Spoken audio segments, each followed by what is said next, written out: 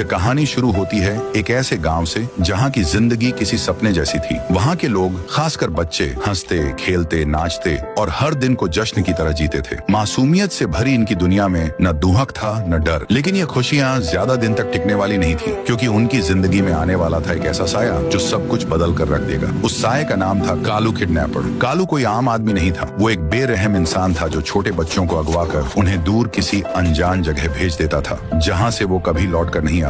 हर गांव, हर गली में उसका खौफ था। और अब उसकी नजर पड़ी थी उस गांव पर जहां रहता था राय स्टार और उसका परिवार। राय स्टार का एक छोटा बेटा था, चिंटू, जिसे वो अपनी जान से भी ज्यादा चाहता था। एक शाम का वक्त था। चिंटू अपने दोस्तों के साथ बाहर खेल रहा था। तभी राय स्टार दरवाजे पर आया और पुकारा, बेटा चिंटू, चलो अंदर आ जाओ, बहुत रात हो गई है। चिंटू बोला, पापा बस थोड़ी देर और खेलने दो ना। राय स्टार ने थोड़ा सख्ती से कहा, नहीं बेटा, आज नहीं। सुना है गाँव में बच्चे गायब हो रहे हैं, अब अंदर चलो। चिंटू थोड़ा उदास मन से घर चला गया। पर अगले दिन कुछ ऐसा हुआ जिसने राय स्टार की जिंदगी बदल दी। चिंटू स्कूल गया, लेकिन जब दोपहर बीत गई और वो अब तक वापस नहीं आया, राय स्टार बेचैन हो उठा। तभी एक छोटा लड़का जो चिंटू के साथ पढ़ता था दौड़ता हुआ आया। हांफते हुए बोला, राय स्टार अंकल, दो लोग आए और चिंटू को पकड़कर गाड़ी में डालकर ले गए। ये सुनते ही राय स्टार की आंखों में आग जल उठी। उसने बिना वक्त गंवाए अपनी बाइक उठाई और निकल पड़ा, अपने बेटे को ढूंढने, उस राक्षस से लड़ने जिसे दुनिया कालू किडनैपर के नाम से जानती थी। दूसरी ओर कालू चिंटू को एक अंधेरे गोदाम में ले गया था। डर के साए में बाकी बच्चे सिसक रहे थे, पर चिंटू निडर खड़ा था। कालू ने कहा, मत रो बच्चों, यहाँ कोई नहीं आएगा तुम्हें बचाने।